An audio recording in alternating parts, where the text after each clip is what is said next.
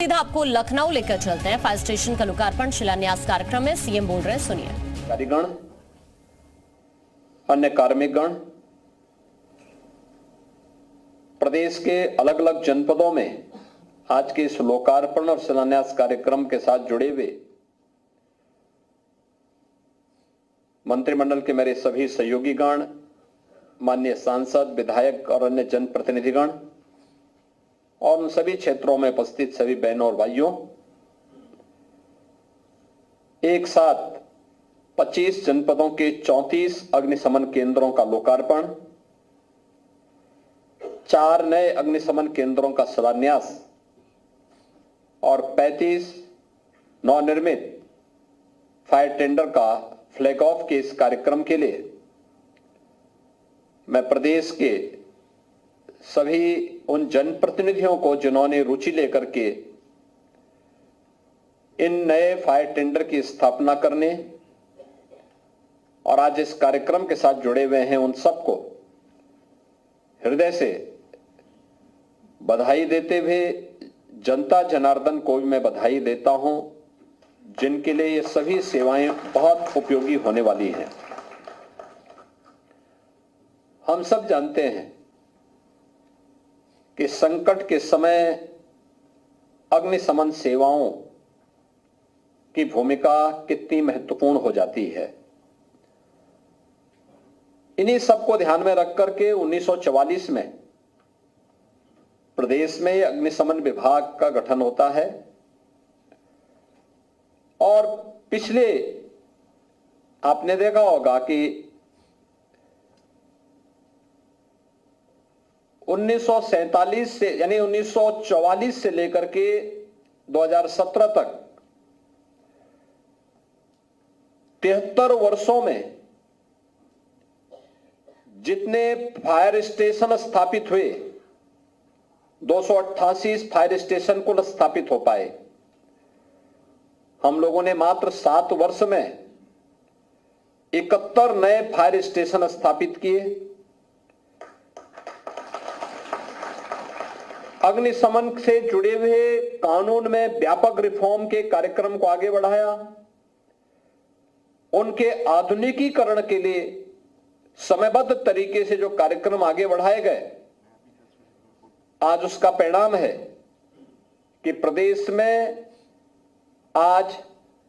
अग्निशमन विभाग प्रदेश की इमरजेंसी सेवाओं में एक बेहतरीन सेवा प्रदान करने के लिए अपने आप को तैयार कर रहा है। 2017 से 18 के बीच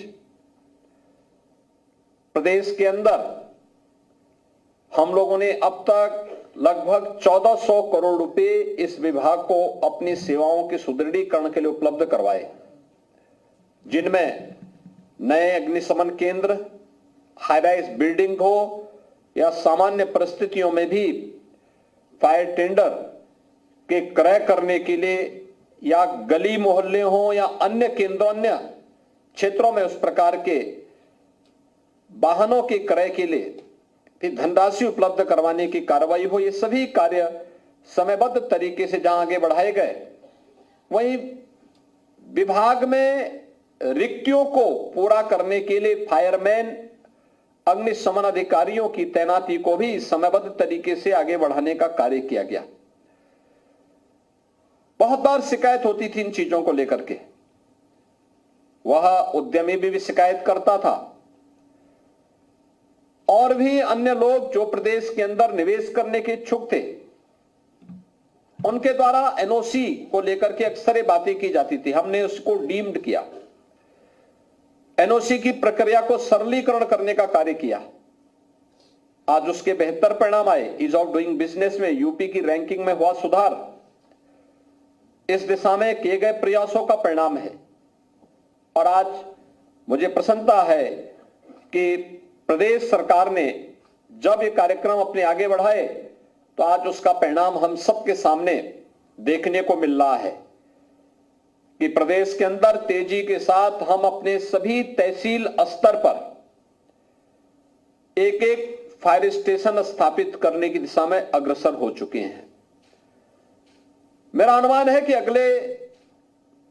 कुछ ही दिनों के अंदर, कुछ ही वर्षों के अंदर उत्तर प्रदेश देश का एक ऐसा राज्य होगा जो आबादी में सबसे बड़ा है, लेकिन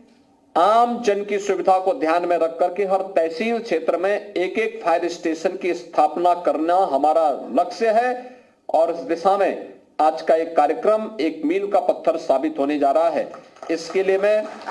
प्रदेशवासियों को हृदय से बधाई दूंगा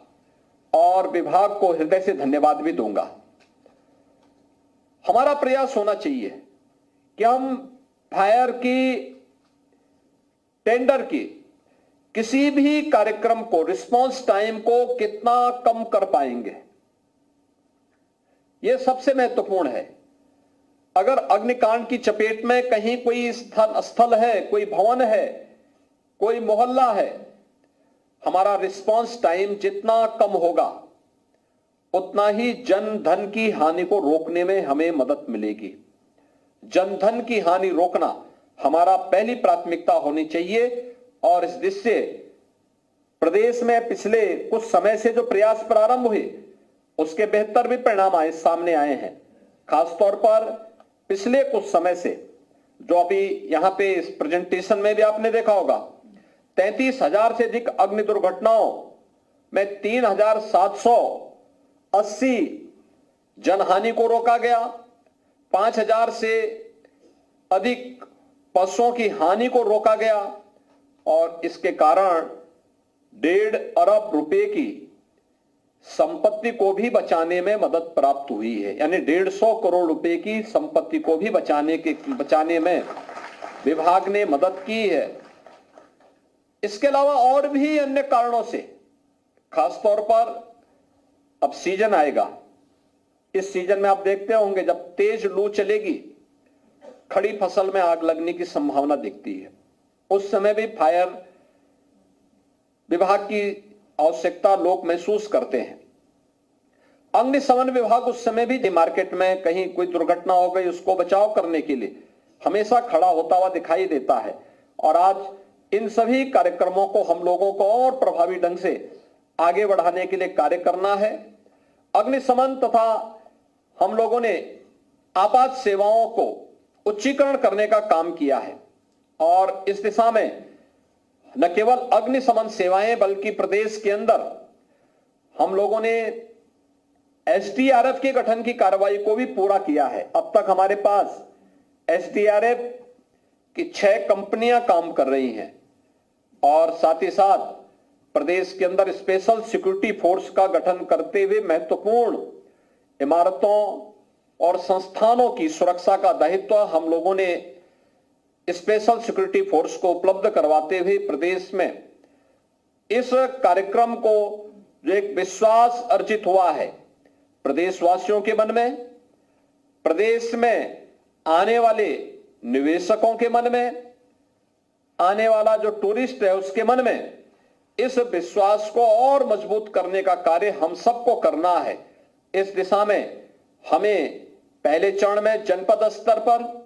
दूसरे चरण में हम लोग उसे तहसील स्तर पर लेकर के गए हैं और हमारा प्रयास होना चाहिए कि अगले 1-1.5 वर्ष के अंदर हमारा प्रयास हो कि हर तहसील फायर स्टेशन से आच्छादित हो जाए। इसके लिए विभाग को प्रयास करना चाहिए, गृह विभाग को उनको पूरा सपोर्ट करना चाहिए और एक साथ इस कार्यक्रम को अब आगे बढ़ा करके बहुत कम तहसीलें बची हैं जहां पे फायर स्टेशन नहीं है। आज मुझे प्रसन्नता है कि जब हम लोग 38 ऐसे जनपदों में, जिनमें से 34 में फायर स्टेशन स्थापित हो चुके हैं और 4 में आज शिलान्यास का कार्यक्रम हो रहा है, इसके साथ ही 67 यानी 67 fire tender, 2 foam tender, 3000 fire resistant overall dungaree, 4 water mist cap motorcycle mounted system के साथ, 15 jeep towing vehicle, 2 water bowser तथा 1 वाटर बाउजर के निर्माण की जो चेसिस है आज उसको हम फ्लैग ऑफ भी करने जा रहे हैं। यानी इतने बड़े कार्यक्रम के साथ पिछले दिनों आपने देखा होगा जब हम लोगों ने गत वर्षों में प्रदेश के इस अग्निशमन विभाग के कार्यक्रम को आगे किया था। हाई राइज बिल्डिंग कभी किसी अग्नि दुर्घटना का शिकार होगी, उन स्थितियों में वहां बचाव के लिए क्या करना है। उस समय हाइड्रोलिक अग्निशमन वाहन हमारे पास वहां मौजूद थे और हमें आज की आवश्यकता के लिए जितनी भी ऐसी हाई राइज बिल्डिंग है उनकी सुरक्षा के लिए मेट्रोपॉलिटन सिटी में पहले चरण में कम से कम जो हमारी बड़ी सिटी है उन सब में हम लोग इस सेवा को तत्काल लागू करने, यानी हर तहसील में हमें जहां फायर स्टेशन की स्थापना करनी है वहीं पे हाई राइज बिल्डिंग में इस प्रकार की किसी भी दुर्घटना से बचाव करने के लिए और उसके प्रशिक्षण के लिए हमें fire tender, hydraulic fire tender की स्थापना करने के कार्यक्रम को भी प्राथमिकता के आधार पर आगे बढ़ाना होगा, जिससे किसी भी घटना दुर्घटना के समय जनधन की हानि को न्यूनतम करने में हम लोगों को मदद मिल सके, हम आम जनमानस की मदद दे सकें और आम जनमानस के विश्वास को बनाए रखने में मदद कर सकें। आज के समय में रिस्पांस टाइम हमारा जितना कम होगा वह पब्लिक की संतुष्टि का आधार भी बनेगा और इस रिस्पांस टाइम के लिए प्रशिक्षण और उस प्रकार के इक्विपमेंट आवश्यक है। ईज ऑफ डूइंग बिजनेस के लक्ष्य को प्राप्त करने के लिए